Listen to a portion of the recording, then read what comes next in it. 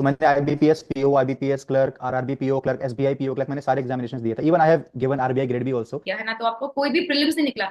It is a kind of a big setback for an aspirant, है ना, क्योंकि हम इतनी मेहनत से पूरा पढ़ाई कर रहे होते, चाहे आप जॉब भी शायद तब कर रहे थे, है ना। सारे सब्जेक्ट्स मैंने सारे टॉपिक्स मैथ्स में पढ़ लिए, लेकिन मैं देख रहा हूँ कि मेरा बार बार कंपाउंड इंटरेस्ट वीक हो रहा है, तो उसी को मुझे बार बार फर्निश करना है। उसके लिए आप सेक्शनल मॉक भी दे सकते हो, या स्पीड ड्रिल्स का जो स्मार्ट कीड़ा का मैंने स्पीड ड्रिल्स बताया था, आप वो भी दे सकते हैं, लेकिन आपको रेगुलरली मॉक देना ही देना है। It is a tough decision. आपके पास ऑलरेडी एक जॉब है, फिर उसको छोड़ के दोबारा से एक नई सेक्टर में प्रिपेयर प्रिपेयर करना, it is a tough. मॉक्स man मेरे दो ही प्लेटफॉर्म्स थे, एक ऑलिव बोर्ड पे मैं देता था और एक गाइडली पे मैं देता था मॉक्स। बट वैसे मेरा 5-5:30 तक मेरा शेड्यूल रहता था, तो उस वजह से मैं जब सुबह उठता था तो उस वजह से एक एक्स्ट्रा एज मुझे मिल जाता था। 6 महीने का जीए 1 महीने में खत्म करना, और मेंस लेवल क्वेश्चंस अभी लगाने स्टार्ट करने हैं। वेरी गुड यार, मतलब एट दिस एज, जैसे जैसे मैं आपकी बातें सुन रही हूँ, आई एम वंडरिंग कि so wise you are at such a young age. Interview की मैंने प्रिपरेशन स्टार्ट कर दी थी, क्योंकि गाइडली पे मैंने एक्चुअली इंटरव्यू का एक बैच लिया था, आदित्य सर उसमें उन्होंने लिया था।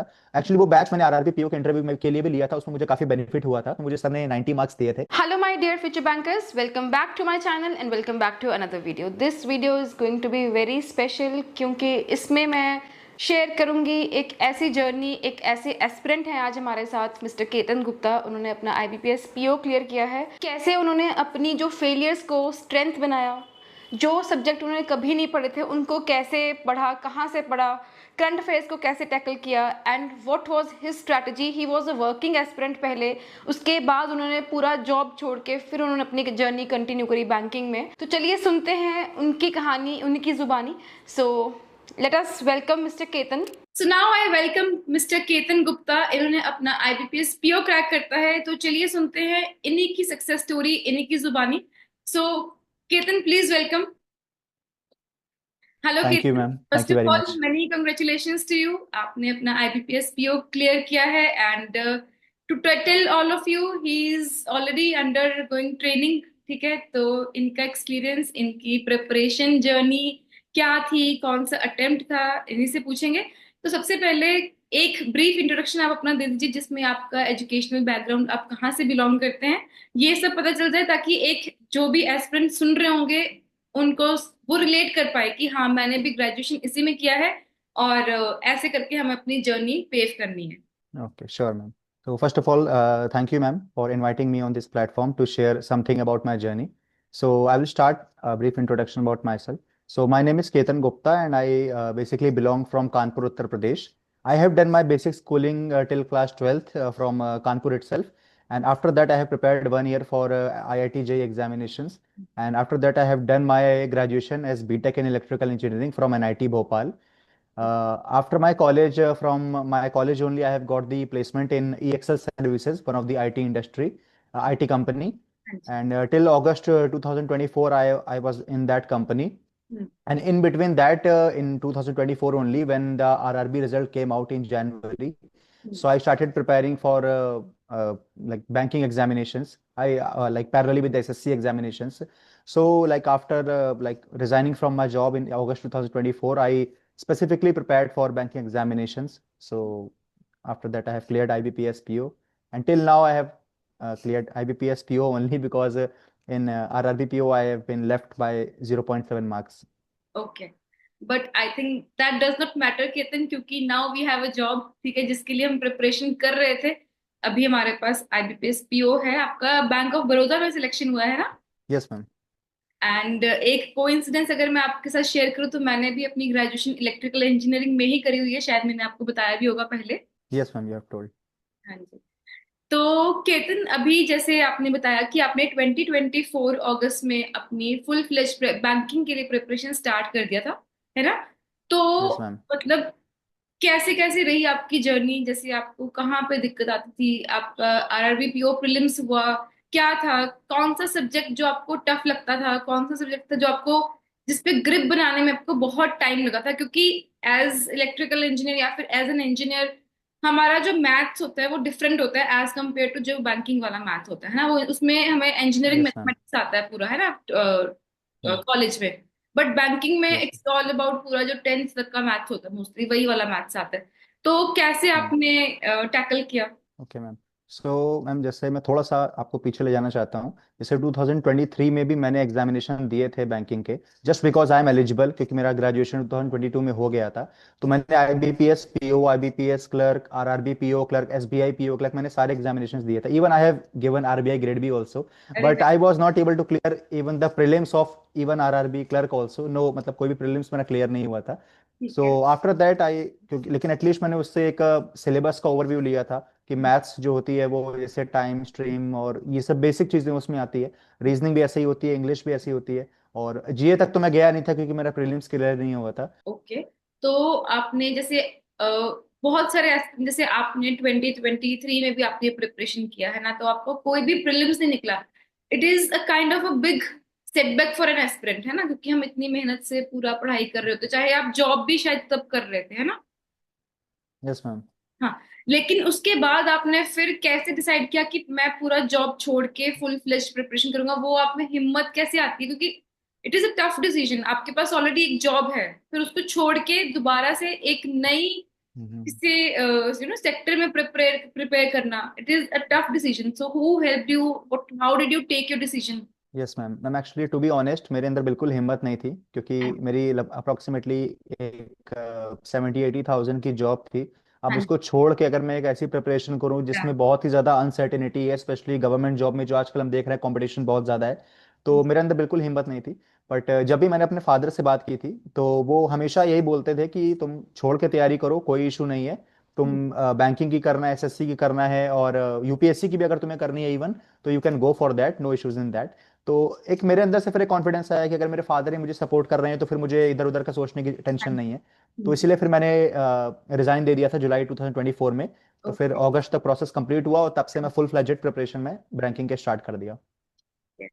मतलब that is true, I completely agree with you कि जब पेरेंट्स का सपोर्ट होता है तो हमारा कॉन्फिडेंस जीरो से खुद ही 70% तो हो जाता है कि हाँ, अब वी हैव अ सपोर्ट, तो हम यस प्रिपरेशन मैम। तो कर ही लेंगे, है ना। तो ठीक यस है, मैम। तो जैसे आपने बताया कि कॉन्ट आपने कर ली, तो आपके सोर्सेज क्या थे? जैसे कौन कुछ तो आपने फॉलो किया होगा, क्योंकि है ना ऐसे बुक्स में से भी बहुत लोग करते हैं, but what were your sources? Ma'am मैंने, जैसे जब मैंने अपनी प्रिपरेशन स्टार्ट की थी 2023 से, मैंने थोड़े बहुत सोर्सेज देखने स्टार्ट किए थे। तो उसमें मैंने देखे थे कि मैंने काफ़ी सारे सोर्सेज को चेंज किया था एक्चुअली में। मतलब जैसे मैथमेटिक्स से काफ़ी सारे टीचर्स है, बैंकिंग इंडस्ट्री में भी इवन मैंने कुछ एसएससी के भी टीचर्स को ट्राई किया था, ओके। स्पेशली मैथ्स के लिए। हाँ तो जी। मैंने काफ़ी टीचर्स को ट्राई किया, बट अल्टीमेटली मैंने जिनको फॉलो किया लास्ट, मतलब आईबीपीएस पीओ मेंस के पहले लास्ट 4 to 5 मंथ्स, मैंने हर्षल अग्रवाल सर को फॉलो किया था। ठीक है। उनके, क्योंकि मैंने उसके पहले मैंने एक प्लेटफॉर्म पे जिन पे वो पढ़ाते थे सर, तो हाँ उनसे मैं उनके द्वारा कनेक्ट हुआ था मैं। उसके बाद मुझे उनका पढ़ाने का स्टाइल, उनका तरीका मुझे पसंद आया, तो मैंने उनको फिर लर्निंग। प्रॉपर फॉलो किया। जी, फॉर मैथ्स हाँ मैंने जी। उनको फॉलो किया। और उसके बाद रीजनिंग में मैंने फॉलो किया अंकुश लांबा सर को। उनको तो मैंने शुरू से ही फॉलो किया है, सिर्फ रीजनिंग के लिए अंकुश हाँ लांबा सर को। जी। इंग्लिश के लिए तो मैंने निमिषा बंसल मैम को फॉलो किया था, हाँ जी। हाँ उनके यूट्यूब चैनल और उनके पेड प्लेटफॉर्म पे। हाँ। And for GA I have सोलिली follow Gaurav Garg sir. ठीक है डियर, मतलब काफी मिलते जुलते रिसोर्सेज हैं हमारे। मैं अपनी जर्नी को रिकॉल कर पा रही हूँ जैसे जैसे आप बता रहे हैं। तो मॉक्स कहाँ से देते मैम एक्चुअली, हाँ मैम एक्चुअली मैं ये इसमें ऐड ये करना चाहूंगा कि मैंने जीए के लिए काफ़ी सारे सोर्सेज मैंने चेंज किए थे। इवन पीडीएफ के जो कुछ सोर्सेज आते हैं, काफ़ी रिनोन्ड सोर्सेज है, वो भी मैंने ट्राई किए थे। हैं? पर मुझे समझ नहीं आ रहा था कि मेरा मैं रिटेन कैसे करूं। कोई टीचर ऐसा भी नहीं है जो रिटेन करवा पाए। तो फिर मैं आपसे थोड़ा कनेक्ट में आया था, फ्यूचर बैंकर्स का जो आपका चैनल है उसमें हाँ आपके कनेक्ट में आया था। तो वहां मैंने फिर आपका एक वीडियो था बहुत पहले का था कि जीए में कैसे अच्छे स्कोर करें। तो वो मैंने, जिसमें आपने प्रॉपर अपने नोट्स भी दिखाए थे फोटोज के। हाँ तो जी। वहां से फिर मैंने गौरव गर्ग सर से कनेक्ट बनाया और फिर मैंने उनको सोलिडली फॉलो किया, गौरव गर्ग सर को। वो मेरा फर्स्ट वीडियो था केतन, मतलब स्ट्रैटेजीज में ना।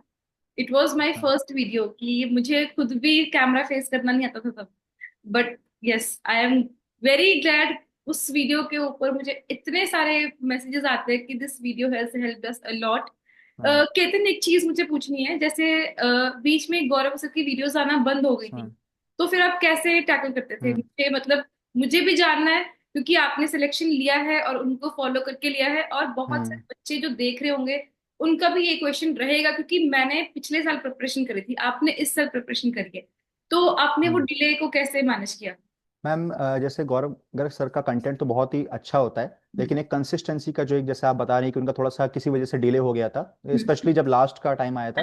तो उस समय पे मैम मैंने उनके जो प्रीवियस मंथ्स के जो वीडियोस थे, स्पेशली जैसे बेस्ट बेस्ट 300 करंट अफेयर्स के वीडियो है या बैंकिंग अवेयरनेस के स्पेसिफिक वीडियोस है, वो तो मैंने सारे किए ही थे पिछले मंथ के। बट लास्ट एंड तक आते आते जो थोड़ा बहुत उनका लैग रह गया था, वो मैंने थोड़े बहुत मैराथॉन्स मैंने यूट्यूब के कुछ टीचर्स के मैंने बस किए थे। लास्ट के 1 वीक में मैंने रिसेंट के मैंने कंप्लीट कर लिए थे मैराथन से। बाकी कौन मैं सी मल्टीपल टाइम सिर्फ और सिर्फ गौरव सर के पीडीएफ को मैं रिवाइज कर रहा था।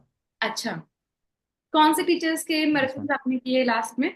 मैम एक यस ऑफिसर में कुश पांडे सर पढ़ाते हैं, यूट्यूब चैनल है उनका, तो उसमें मैंने उनका देखा था। और एक ऑलिव बोर्ड में शीतल मैम पढ़ाती हैं, उनके मैंने कुछ वीडियोस देखे थे। मॉक्स कहाँ से देते थे? मॉक्स मॉक्स मैम मेरे दो ही प्लेटफॉर्म्स थे, एक ऑलिव बोर्ड पे मैं देता था और एक गाइडली पे मैं देता था मॉक्स। मतलब मैंने भी इन दोनों से दिया, मैं स्मार्ट किडा से भी देती थी, तो मेरे 3 रहते थे। हाँ, मतलब मुझे हम्म। मेरा मेरा लास्ट अटेम्प्ट था, तो मुझे तो मैं सब जो दिख रहा है सबसे बेस्ट चीजें कर लूं। तो खैर, गाइडली तो है ही अच्छा, प्रैक्टिस के लिए भी बहुत अच्छा है, एंड ऑलीवुड तो मुझे यूजर फ्रेंडली लगता था वो जब मॉक्स हम देते थे। ठीक है, हाँ next ma'am. Question. Next question ये रहेगा कि आपका शेड्यूल क्या रहता था, कि आप एक पार्ट टाइम प्रिपरेशन से फुल टाइम प्रिपरेशन एस्पिरेंट बन चुके थे, है ना, जुलाई 2024 में। हम्म। एंड तो आपका पूरा दिन यस मैम। कैसे दिखता था? How was your day like? Ma'am like after living my job. हाँ जी। ओके। सो मैम जैसे मतलब मेरी एक बचपन से हैबिट थी कि मैं जैसे सुबह 5 बजे या 5:30 बजे तक मैं उठ ही जाता हूँ। तो उस वजह से अब यहाँ के थोड़ा सा शेड्यूल चेंज हो गया है। बट वैसे मेरा 5-5:30 तक मेरा जो शेड्यूल रहता था, तो उस वजह से मैं जब सुबह उठता था तो उस वजह से एक एक्स्ट्रा एज मुझे मिल जाता था। तो उसमें मैं थोड़ा बहुत अपने डेली एक्टिविटीज एंड थोड़ा बहुत मेडिटेशन के बाद मैं अपना पढ़ाई करने बैठ जाता था। तो सबसे पहले मैं करंट अफेयर्स का पार्ट या स्टैटिक जो जीके का पार्ट है, मैं उन्हीं को कंप्लीट करता था, क्योंकि उसमें थोड़ा सा फोकस ज़्यादा चाहिए होता है। तो सुबह के टाइम पे मैं वो करता था।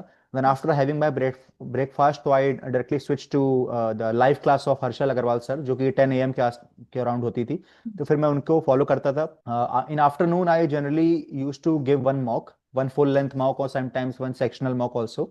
Then in evening I go with English and reasoning. And रात को सोने से पहले मैं चीज़ों को जैसे जीके जो मैंने पढ़ी है या कुछ ऐसे क्वेश्चन सर ने दिए हैं उनकी पीडीएफ में या टेलीग्राम पे उनके कुछ ऐसे क्वेश्चंस आए हैं, तो उसको मैं रिवाइज करके मैं सो जाता था। ठीक है। जैसे ब्रेक्स एक बहुत major role, important role play करते हैं, है ना, जब हम प्रिपरेशन करते हैं। तो आप ब्रेक्स यस मैम। कितने टाइम का लेते थे? 1 घंटा पढ़ रहे हो, 1 घंटा ब्रेक ले रहे हो, या और ब्रेक्स में क्या करते थे? What was your that me time में क्या होता था? मैम ब्रेक्स तो मतलब ऐसा कोई मेरा फिक्स नहीं था कि मुझे इतने टाइम के बाद ब्रेक लेना ही है। ऑल्दो मैं काफ़ी सारे वीडियोस पोमोडोरो टेक्निक के है, 5 मिनट रूल के मैं देखता था, पर मैं उसको फॉलो नहीं कर पाता था। तो ऐसे ही। ब्रेक्स में यूजुअली कभी, यस मैम, मैं कभी जैसे 10 मिनट का ब्रेक लेता था, कभी आधे घंटे का भी ब्रेक हो जाता था। तो उसमें मैं जनरली जैसे मोबाइल ही चलाता था, उसमें भी मैं कोशिश करता था कि सोशल मीडिया ना खोलूं, क्योंकि वो चीज़ फिर आधे घंटे की जगह 1 घंटा भी ले जा सकती है। तो उसमें मैं कभी कभी जैसे जो शॉर्ट के कुछ क्विज आते थे, आपने जैसे स्मार्ट कीड़ा का नाम लिया था, तो मैंने स्मार्ट कीड़ा की जो एक स्पीड ड्रिल करके कभी उन्होंने एक रिसेंट एक निकाली थी, तो वो भी मैंने मतलब फॉलो किया था फॉर इंक्रीजिंग माई स्पीड। तो उसमें 7 मिनट्स का भी एक क्विज होता था, तो वो मैं कभी रीजनिंग का कभी मैथ्स का मैं दे दिया करता था उसी बीच में। और बाकी मैं अपनी फैमिली मतलब क्योंकि मैं घर पे प्रिपरेशन कर रहा था, तो मैं अपनी फैमिली के साथ टाइम स्पेंड कर लिया था, या कोई ऐसा कोई एंटरटेनमेंट का कोई वीडियो देख लिया, शॉर्ट्स देख लिए, मैं यही ब्रेक में यूटिलाइज करता था। ठीक है ये। तो जैसे आपने प्रिपरेशन करते के फिर आपका पहला prelims, I think RRB PO prelims clear हुआ ना आपका पहला? हाँ मैम, 3 अगस्त को था। हाँ, तो फिर आपको जब आप एग्जामिनेशन सेंटर से बाहर आए होंगे, आपको हमें पता चल जाता है कि हमारा पेपर कैसा गया है और क्लियर होगा या यस नहीं मैम। होगा। तो फिर आपने प्रीलिम्स और मेंस की तैयारी स्टार्टिंग में साथ में करी थी, या फिर जब प्रीलिम्स क्लियर हुआ फिर मेंस पे स्विच हुए, कैसे? What was your technique? Ma'am actually जब मैंने प्रिपरेशन फुल फ्लेजेड स्टार्ट की थी इन जनवरी 2024, तो तभी से मैंने इतने सारे स्ट्रैटेजी के वीडियोस देखे थे, आपके भी देखे थे और काफ़ी अलग टीचर्स के भी देखे थे। तो सब लोग हर चीज़ एक ही चीज़ ये लोग कहते थे कि आपको प्री और मेंस हमेशा साथ में लेके चल रहे हैं, आपको जीए को बिल्कुल भी ये नहीं करना है कि आपको प्री के बाद स्टार्ट करना है। जिससे मैंने शुरू से ही करंट अफेयर्स को साथ साथ पढ़ने की और मेंस लेवल के क्वेश्चंस को लगाने की आदत मैंने टीचर्स के साथ पहले से ही बना ली थी। ठीक है।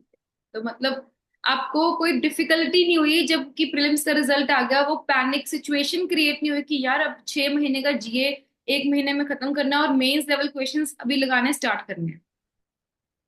No ma'am. वेरी गुड यार, मतलब एट दिस एज, जैसे जैसे मैं आपकी बातें सुन रही हूँ, आई एम वंडरिंग कि so wise you are at such a young age. It's very nice. You will, my best wishes are with you. तो नेक्स्ट क्वेश्चन ये पूछते थैंक यू हैं मैम। केतन, कि जैसे प्रीलिम्स आपका हो गया, फिर मेंस की भी आपने तैयारी स्टार्ट कर दी, मेंस के लिए आपने कुछ स्पेसिफिक कुछ अलग किया हो, क्योंकि मेंस का जैसे रीजनिंग है, पजल्स होते हैं, कोडिंग डिकोडिंग हम्म। होती है, इनपुट आउटपुट होता है, क्या आपने अटेम्प्ट किया था? क्योंकि अभी पैटर्न भी थोड़ा सा चेंज हो चुका है ना? तो मतलब मेंस के हम्म। लास्ट 10 डेज में आपकी क्या स्ट्रैटेजी थी, कैसे वो प्रेशर लेवल को आपने हैंडल किया था? मैम एक्चुअली मेंस के जो लास्ट के 10 डेज 15 डेज है, उसमें तो मैं सिर्फ और सिर्फ जो अंकुश लांबा सर के का जो पेड बैच था, उसमें वो काफ़ी कुछ इंपॉर्टेंट क्वेश्चंस करवाते थे अलग अलग, स्पेशली वो पजल्स पे थोड़ा ज़्यादा फोकस करते थे, तो उस पर मैं थोड़ा ज़्यादा ध्यान देता था, और साथ साथ में मिसलेनियस पे भी मैं थोड़ा ज़्यादा ध्यान देता था। अगर मैं जैसे रीजनिंग की बात बताऊं, तो उसमें उन्हीं के मैराथन्स को मैं करता था, यूट्यूब पे भी वो काफ़ी मैराथन्स लाते थे, तो मैं बस उन्हीं को सिंपली फॉलो करता था, क्योंकि ट्रिक्स ट्रिक्स और जो प्रोसेस है वो तो वो पहले ही बता चुके थे। Same goes with Harshal sir, वो भी काफी सारे मैराथन्स वो आईबीपीएस पीओ मेंस के लिए लाए थे, तो उनको मैंने फॉलो किया था। और निमिषा बंसल मैम का तो मैंने सिर्फ और सिर्फ दो, मतलब डेली का एक द हिंदू एडिटोरियल और एक परफेक्शन बैच की एक क्लास जो कि उनके पेड में होती थी, वो मैंने सिर्फ डेली बेसिस पे मैं रोज उनको फॉलो करता था। और जीए के लिए मैं थोड़ा कभी 1 घंटा कभी 2 घंटा मैं डेली पढ़ता रहता था। बाकी लास्ट में मैंने सिर्फ गौरव सर की जो पीडीएफ थी बेस्ट 300 करंट अफेयर्स की, उनकी मैंने प्रिंट करवा ली थी एक्चुअली, जैसा आपने बताया था, तो वो मैंने करवा के रख लिया था, उन्हीं को मैं मल्टीपल टाइम्स रिवाइज करता था। तो लास्ट के 10 दिनों में मेरी यही स्ट्रैटेजी थी। ठीक है ये। तो जब आपने मेंस दे दिया, आपका आपको समझ में आ गया हो कि मेरा अटेम्प्ट इतना है, गुड अटेम्प्ट ये है, कि अब मैं जैसे तब एसबीआई पीओ प्रीलिम्स का भी चल रहा था साथ में, है ना? तो फिर आपका क्या स्ट्रैटेजी था? यस आप मैम। साथ में एसबीआई पीओ प्रीलिम्स की प्रिपरेशन कर रहे थे, या फिर आपने जो कि नहीं यार मेरा मेंस अच्छा गया, मैं पहले इंटरव्यू पे फोकस करता हूँ? और इंटरव्यू में आपने क्या किया था, हम्म। कैसे प्रिपरेशन करी थी, what did you wear for the interview, and उसके बाद क्या आपसे क्वेश्चंस पूछे गए? Okay ma'am. तो मैम जैसे 30 नवंबर को मेरा आईबीपीएस पीओ का मेंस हुआ था, और हाँ। उसी के साथ में मेरा एनआईसीएल असिस्टेंट का प्रीलिम्स भी था, एक शिफ्ट में वो था, दूसरे शिफ्ट में आईबीपीएस पीओ था। तो जब आईबीपीएस पीओ हो गया था, तो मैम टू बी ऑनेस्ट मुझे बिल्कुल भी उम्मीद नहीं थी कि मेरा मेंस क्लियर हो पाएगा, क्योंकि एग्जाम थोड़ा टफ भी आया था, और प्लस पहली बार शायद 2 शिफ्ट में इस बार ये एग्जाम हुआ था। तो काफी लोगों के बीच में एक कंफ्यूजन था, टेलीग्राम्स जो ग्रुप में मैं ज्वाइन हुआ था, तो उसमें काफी लोग बोल रहे थे नहीं होगा ये होगा, तो मैं काफी कंफ्यूज था। तो मैंने सोचा कि मैं अभी आईबीपीएस पीओ के ऊपर ध्यान, इंटरव्यू के ऊपर ध्यान ना देते हुए, मैं एनआईसीएल का जो असिस्टेंट का मेंस है जो कि दिसंबर के एंड में था, उस पर मैं ज्यादा फोकस करूं। हम्म। पर साथ साथ में मैंने एक्चुअली प्रिपरेशन भी स्टार्ट कर दी थी, मेरे इंटरव्यू की मैंने प्रिपरेशन स्टार्ट कर दी थी, क्योंकि गाइडली पे मैंने एक्चुअली इंटरव्यू का एक बैच लिया था, आदित्य सर उसमें उन्होंने लिया था। एक्चुअली वो बैच मैंने आरआरबी पीओ के इंटरव्यू में के लिए भी लिया था, उसमें मुझे काफी बेनिफिट हुआ था। तो इस वजह से वो एक ट्रस्ट जो मेरा बिल्डअप हुआ था, उस वजह से मैंने उनका एक बैच इंटरव्यू का उसमें भी लिया था। तो साथ साथ में मैं वो भी प्रिपेयर कर रहा था, and simultaneously I was also preparing for NICL assistant mains examination. ठीक है, तो मतलब आपने कंप्लीटली अपनी प्रिपरेशन, जैसे जैसे जैसे मैं आपकी बातें सुन रही हूँ ना, मतलब मुझे लिटरली ऐसा लगता है कि मेरी ही प्रिपरेशन जर्नी चल रही है, क्योंकि मैं, बहुत सारे एस्पिरेंट्स होते हैं, वो कई बार होता है कि वो अनफॉर्चुनेटली नहीं परचेज कर पाते हैं, है ना? कुछ लोग कहते हैं कि अरे मैं खुद से कर हम्म। लूंगा, है ना? बट मुझे हमेशा लगता है कि जहां पे आप परचेज कर पाए और किसी से गाइडेंस ले पाए, that is the best thing, क्योंकि they are more experience than us. तो मैंने भी ऐसे ही किया था, गाइडेंस तब ऑलीवुड पे यस मैम। चलते सर, तो मैंने उनका कोर्स परचेज किया था, and it help me a lot as well, है ना? क्योंकि वो कुछ पर्सनल क्वेश्चंस हैं, तो 1-to-1 डाउट सेशन ले लिया, और मॉक इंटरव्यूज में हेल्प हो गई। तो it helps to brush on up our hmm. Skills. तो आपका जैसे मॉक इंटरव्यू हुआ था, तो उसमें कुछ मार्क्स भी आपको मिलते हैं, तो आपको क्या कुछ नेगेटिव यस मैम। फीडबैक मिला था? क्योंकि वो नेगेटिव फीडबैक देते हैं हमेशा जो भी उनके एक्सपर्ट पैनल वाले लोग होते हैं, हम्म। ना? हम्म। तो हम्म। आपको क्या फीडबैक मिला था, और उसके बाद आपने उसके ऊपर काम किया या नहीं किया, फिर वो चीज आपको इंटरव्यू में काम आई या नहीं आई? हम्म। यस मैम, वो श्योरली मैम, उन्होंने मुझे अच्छा एक बहुत अच्छे फीडबैक दिए थे। और जैसे उनके एक्चुअली 3 इंटरव्यूज उन्होंने शेड्यूल किए थे। पहला इंटरव्यू तो आदित्य सर ने लिया था, और जो बाकी 2 इंटरव्यू थे वो जो एक्स सीजीएम वो रहे हैं, एक एसबीआई के थे, एक पीएनबी के थे, तो उन्होंने मेरा इंटरव्यू लिया था। तो उन्होंने काफी अच्छा फीडबैक दिया था। सबसे जो अच्छा फीडबैक उन्होंने मुझे दिया था, जो कि मैं पर्सनली फील भी करता हूँ, कि मतलब जैसे अगर मैं कोई टॉपिक एक्सप्लेन करता हूँ तो मैं उसमें कुछ ज्यादा ही डेप्थ में चला जाता हूँ, जो कि एक अच्छी चीज है, ऐसा सर ने बोला था, बट इंटरव्यू के लिए वो it is not a very good thing. So वो उन्होंने एक फीडबैक दिया था। मार्क्स उन्होंने मुझे दिए थे, ऑल्दो उन्होंने मुझे मतलब 100 में एक बार मुझे 85, मुझे याद है 85 मार्क्स दिए थे, एक बार मुझे 88, और एक बार जो लास्ट इंटरव्यू था उसमें मुझे सर ने 90 मार्क्स दिए थे। अरे बट राइट। उन्होंने जो मुझे, यस मैम, तो लेकिन जो उन्होंने फीडबैक दिया था कि आपको थोड़ा सा अपने स्टार्ट जो जीए है, स्टैटिक जीए है, उस पर थोड़ा ज्यादा फोकस करना है, और साथ ही में आपको आपकी जो ये, जैसे मैंने आपको बताया कि थोड़ा सा किसी टॉपिक पर ज्यादा बोलना है, उस पर आपको थोड़ा सा कंट्रोल करना है। और ये चीज जब मैंने इंटरव्यू में अप्लाई की थी, जो कि उस चीज का मैंने मिरर के सामने काफी बार प्रैक्टिस किया था, तो जब रियल इंटरव्यू में मैं बैठा था, तो वो चीज मुझे काफी मतलब हेल्प की थी उस चीज ने मुझे। करियर। तो अब जैसे रिजल्ट आ गया, रिजल्ट का दिन आ गया, तो सुबह ही वो एक मन में डर होता है कि यार कैसा, कि क्या होगा। घर वालों को पता होता है कि हाँ आज इसका रिजल्ट आना है, तो वो भी उनके भी, हम्म। जैसे जब एक बच्चा प्रिपरेशन करता है ना, तो उनके पेरेंट्स भी साथ में प्रिपरेशन कर रहे होते हैं। मेरे साथ तो यही था, है ना। तो हम्म। हम्म। आई एम श्योर हम्म। आपके साथ भी यही केस था। तो फिर घर वालों का क्या रिएक्शन था जितने जब ऐसे फर्स्ट को रिजल्ट आया? तो what was the situation like?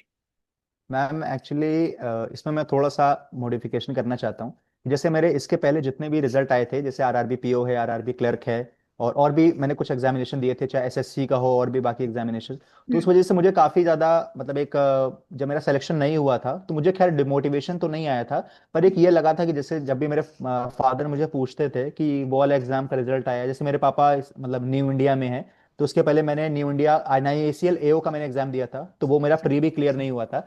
तो जब मैंने वो एग्जाम दिया था, तो जब प्री नहीं निकला तो मेरे पापा को थोड़ी होप थी कि शायद वो न्यू इंडिया में सेलेक्ट हो जाए, तो एक एक रहता है कि हाँ सेम कंपनी में रहेंगे।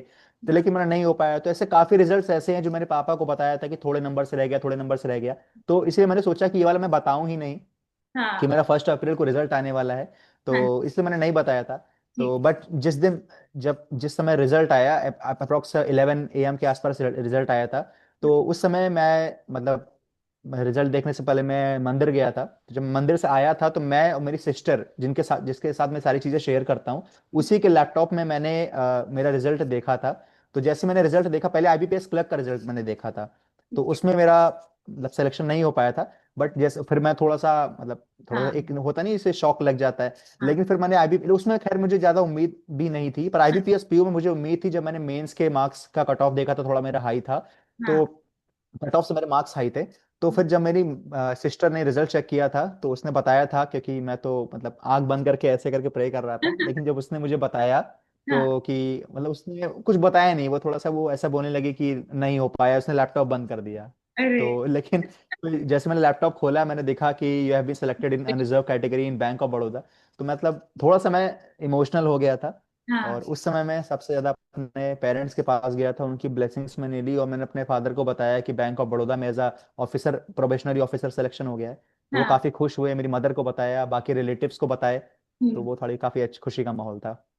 आप अपनी स्टोरी बता रहे हो, मुझे गूजबम्स हो रहे हैं, मतलब मुझे खुशी हो रही है ये सुन के, क्योंकि आई कैन कंप्लीटली रिलेट। ऐसे ही होता है। तो फिर जैसे है ना, रिजल्ट हो गया clear, what how did you feel? उसके बाद के दिन तो बहुत ही डिफरेंट जाते हैं, मतलब आपका जो, आपको देखने का जो नजरिया होता है लोगों का, वो एकदम से बदल जाता है। एक उनकी आंखों में भी एक हम्म। रिस्पेक्ट आ जाती है ना, कि और आपके आपकी आंखों के सामने पूरी वो जर्नी आ जाती है कि यार मेरे दिन रात मैंने जो एक करी थी, आज वो सफल हो गए हैं। तो फिर उस दिन से यस अप्रैल मैम। 1 से लेके, है ना, अप्रैल 1 को रिजल्ट आया था। Yes ma'am. तो उस दिन से लेके अभी तक, जैसे आपका बहुत ही जल्दी डीवी भी हो गया है, ज्वाइनिंग भी हो गई है, तो कैसे दिन थे? मतलब हम्म। अभी आप घर से दूर हो, कैसे अभी, how is the life now so far? Okay. Ma'am actually 1 अप्रैल को जब रिजल्ट आया था, तो उस समय तो मतलब वो दिन तो कैसे इतना हड़बड़ी में और मतलब एंजॉय करने में, थोड़ा बहुत कहीं आसपास के टेम्पल जाने में ये दिन पूरा निकल गया था, तो वो दिन का तो पता नहीं चला। फिर 2 दिन काफी अच्छे गए, मतलब मैंने काफी एंजॉय किया, मैं थोड़ा इधर उधर घूमने गया था फ्रेंड्स के साथ, अपनी फैमिली के साथ मैं गया था काफी। फिर थोड़ा सा 3 और 4 अप्रैल को थोड़ा सा मेरे मतलब रिलेटिव्स में थोड़ा सा जैसे प्रॉब्लम हो गई थी, जैसे मेरे जो नाना जी है उनकी डेथ हो गई थी। तो उस वजह से थोड़ा सा शेड्यूल ऐसा हो गया था कि अ, मतलब हम लोग को जाना पड़ा था कुछ टाइम के लिए। तो काफी चीजें उसी में 5 अप्रैल को मैम डीवी का भी आ गया था, मेल आ गया था कि आपकी ज्वाइनिंग है 21 अप्रैल को। उसके पहले 15 अप्रैल को मेडिकल भी है आपका। तो मैं फिर जल्दी से मैं आया, क्योंकि उसके पहले मुझे कुछ डॉक्यूमेंट्स, क्योंकि मेरे सारे घर पे ही थे, हम्म। तो वो चीज़ें फिर मैंने किसी तरीके से सॉर्ट करी। तो 15 अप्रैल को मैंने मेडिकल दिया, और उसके बाद फिर मैं 17 अप्रैल को मैं, या 19 अप्रैल को मैं फिर निकल गया था गांधीनगर के लिए, यहाँ जहाँ मेरी ट्रेनिंग हो रही है। हाँ जी। I am really sorry Ketan, लेकिन आई एम श्योर वो आपको देख के खुशी हो रहे होंगे अभी, है ना, कि अभी yes ma'am. He is an officer in privileged bank. तो बट यस हाँ, मैम। आई नो, मैम आई उन्हीं की ब्लेसिंग्स की वजह से ही आज मैं यहाँ हूँ। एग्जैक्टली। मतलब आप ये देखो कि उनको वो उनको न्यूज लेकर वो गए हैं, है ना, तो he must be happy. Yes ma'am. तो यस ठीक है, मैम। तो फिर अभी अभी आपका मन लग गया, मतलब कई कई लोग को होता है, होम सिक होते हैं कुछ लोग, है ना, या फिर अभी नए फ्रेंड्स बन रहे होंगे, टाइम ही नहीं मिलता होगा घर पे बात करने का। ट्रेनिंग्स में ऐसे ही होता है, क्लासेस में तो नींद यस आती मैम। है, रात को एंजॉयमेंट चल रही होती है ना। Yes ma'am. थोड़ा सा अभी मैम लगता है जैसे थोड़ा होम सिकनेस लगता है कि शुरू में स्टार्टिंग में। पर जैसे मैं जो मैंने अपना ग्रेजुएशन किया है वो भोपाल से मैंने किया है। तो हाँ मैं जी। हाँ। 4 साल में, ऑल दो मैं 2 साल बाहर रहा हूँ, क्योंकि 2 साल तो कोविड ही था, तो मैं घर पे ही था। तो मैं 2 साल बाहर रहा हूँ, तो मुझे उतना मतलब बहुत ज्यादा ही जैसे कि इमोशनल, जैसे मैंने यहाँ देखा बाकी फ्रेंड्स को कि वो बहुत ज्यादा इमोशनल, क्योंकि वो पहली बार बाहर आए थे। बट ऑब्वियसली मैं भी काफी इमोशनल हूँ, जैसे मैं रात को जब भी मैं डेली अपने पेरेंट्स को वीडियो कॉल करता हूँ, तो ये थोड़ा सा इमोशनल कनेक्ट बन जाता है। हाँ बट जी। वो ग्रेजुअली मैं उसको एम्पावर कर लेता हूँ। ठीक है डियर, कोई एक सजेशन जो आप, जो अभी एस्पिरेंट्स प्रिपेयर कर रहे हैं, आपसे रिलेट कर पा रहे होंगे, कि एक मैसेज जो आप देना चाहो जाते जाते, कि ये आप ये करना ही करना चाहिए और इस गलती को अवॉइड करना चाहिए, क्योंकि आपने पूरी जर्नी देखी है अपनी खुद से। हम्म। मैम एक तो मैं सबसे बड़ा सजेशन जो मैं देना चाहता हूँ सभी को, जो कि मैंने फॉलो किया था एट हाँ जी। The end of my time, hmm. कि आप मल्टीपल सोर्सेज बिल्कुल फॉलो मत करिए। ये हम्म। बिल्कुल मत सोचिए कि वो टीचर अच्छे हैं या वो टीचर अच्छे हैं जिनसे आपको रिलेट हो रहा है, क्योंकि मैंने मल्टीपल टीचर्स चेंज किए थे, क्योंकि मुझे उतना आइडिया भी नहीं था। और प्लस थोड़ा सा ये था कि मैं टीचर से रिलेट भी नहीं कर पा रहा था। तो आप शुरू के कुछ टाइम, आप 1 हफ्ता या 2 हफ्ता आप किसी टीचर्स को देखिए, हर टीचर के कुछ कुछ वीडियोस देखिए जिनसे आप रिलेट हो पा रहे हो, आप उनको फॉलो करो। कोई भी टीचर खराब नहीं होते हैं, हर एक का पढ़ाने का तरीका अलग, स्टाइल अलग होता है। तो सिर्फ एक टीचर को आपको फॉलो करना है, और कंसिस्टेंसी बना के रखनी है। ये नहीं सोचना है कि आज मैं जीए नहीं पढ़ूंगा, मैं हफ्ते के एंड पे 10 घंटे जीए पढ़ लूंगा, ऐसा मैम हो ही नहीं, प्रैक्टिकली ऐसा पॉसिबल नहीं है, भले आप फुल टाइम एस्पिरेंट भी हो। तो एग्जैक्टली। इसलिए कंसिस्टेंसी रखनी है हर सब्जेक्ट में, और सिर्फ एक सोर्स को आपको फॉलो करना है स्टार्टिंग से लेके एंडिंग तक। तो फिर कोई ऐसी खासा दिक्कत नहीं आएगी। और जैसे मॉक्स में नंबर कम आते हैं तो बच्चे ना थोड़े से डिमोटिवेट हो जाते हैं, तो वो हम्म। कैसे करते थे आप टैकल उस चीज को? कुछ लोग मॉक को देते ही नहीं है कि यार जब सिलेबस पूरा होगा तभी मैं मॉक अटेम्प्ट करूंगा। हम्म। नहीं मैं मॉक तो, मतलब मॉक तो सभी को देने चाहिए। इवन जैसे मैं जब ऑली बोर्ड, इवन गाइडली पे जब मैं मॉक्स देता था, ऑली बोर्ड पे फीचर मेरा अवेलेबल नहीं था, बट गाइडली पे मैं जब मॉक देता था उसमें ये था कि जैसे 2024 के भी मॉक्स होते थे और 2023 के भी मॉक्स होते थे। तो उस वजह से काफी बच्चे मॉक्स इसलिए भी नहीं देते, क्योंकि अगर फुल लेंथ मॉक्स अभी हम अवेल कर लेंगे तो फिर लास्ट के लिए हम लोग के बचेगा नहीं। जैसे मेरी मेंटेलिटी भी शुरू में ऐसी ही थी। हाँ तो लेकिन मैं क्या करता था, मैं 2023 के मैं मॉक्स देता था, क्योंकि फुल लेंथ मॉक देना जरूरी है, भले नंबर ना आए। उससे ये पता चलता है कि हम कहाँ लैग कर रहे हैं। हम पढ़ तो पूरा रहे हैं, जैसे सारे सब्जेक्ट्स मैंने सारे टॉपिक्स मैथ्स में पढ़ लिए, लेकिन मैं देख रहा हूँ कि मेरा बार बार कंपाउंड इंटरेस्ट वीक हो रहा है। तो उसी को मुझे बार बार फर्निश करना है। उसके लिए आप सेक्शनल मॉक भी दे सकते हो, या स्पीड ड्रिल्स का जो जो स्मार्ट कीड़ा का मैंने स्पीड ड्रिल्स बताया था, आप वो भी दे सकते हैं। लेकिन आपको रेगुलरली मॉक देना ही देना है, भले डेली आप ना दें, लेकिन रेगुलरली आपको देना ही देना है। और मार्क्स से नहीं घबराना है, वो तो टाइम के साथ इंप्रूव हो ही जाते हैं। वही बात है, हाँ एग्जैक्टली। तो बहुत ही अच्छा लगा मुझे केतन आपसे बात करके, मतलब at such a young age. मैं दोबारा से बोलना चाहूंगी कि you are very mature and my best wishes will always be with you. So कुछ एंड में कुछ कहना है, स्टेज इज ऑल योर्स, ठीक है, आपके लिए ये आज मैंने जूम का लिंक क्रिएट किया है, तो you can say anything, it's up to you. Yes ma'am, thank you ma'am, मुझे भी काफ़ी अच्छा लगा आपसे बात करके। मैं अक्सर ऐसे इंटरव्यू के वीडियोस में एक्सपीरियंस, जो इंटरव्यू एक्सपीरियंस के टॉपर्स के वीडियो है वो मैं देखा करता था। Although I am not a topper but yes I have achieved something. तो उस चीज़ के लिए आपने मुझे मतलब प्रोवाइड किया ये, तो I am very grateful for that. और मैं आप ही के वीडियो से काफ़ी मैंने सीखा है। जितने भी मेरे टीचर्स हैं उनको भी मैं इस प्लेटफॉर्म के माध्यम से मैं उनको थैंक यू बोलना चाहता हूँ। और मतलब ऑब्वियसली काफ़ी, जैसे मेरे फ्रेंड्स यहाँ काफ़ी फ्रेंड्स बोलते हैं और काफ़ी लोग बोलते हैं कि बैंक में काफी प्रेशर है, बैंक पीओ में काफी प्रेशर है। तो यस मैम, वो है, मैं जानता हूँ, पर उसके साथ जो एक रेपुटेशन, एक स्टेबिलिटी और एक मेरे खुद के अंदर से जो एक इज्जत है मेरे लिए, वो जो मुझे मिली है वो अनमैचेबल है। Obviously I will not stop here, I will go further in Yes. this bank also, and even if possible I will go for regulatory bodies also. Yes. But जो मुझे मिला है, I am very grateful for that, and ये gratefulness हम लोग के अंदर आनी चाहिए, क्योंकि वो चीज़ हमें आगे बढ़ने में बहुत हेल्प करती है और हम लोगों को स्टेबल बनाती है लाइफ में। So thank you very much ma'am for inviting me on your platform. Thank you so much. Thanks to you. And my best wishes are always with you. You are a very thank you brilliant ma'am. student. I can see now, I should not say student, but you're a very brilliant soul. So, my best wishes. So, we'll end this interview here. Thank you ma'am, thank you very much ma'am. Okay, then. Sure ma'am, thank you. So guys thank you so much for watching. I am sure आपको काफ़ी कुछ सीखने को मिला होगा। मुझे तो बहुत अच्छा लगा इनसे बात करके, मतलब at such a young age इतने मेच्योर हैं केतन, तो मेरी बेस्ट विशेज़ उनके साथ हैं। I am sure he has a long way. All the best Ketan, and thank you, thanks to all of you. I am sure आप सब भी इंस्पायर्ड हुए होंगे उनकी स्टोरी सुन के, एंड आज से ही पढ़ने बैठ जाइए। See you in the next video, bye.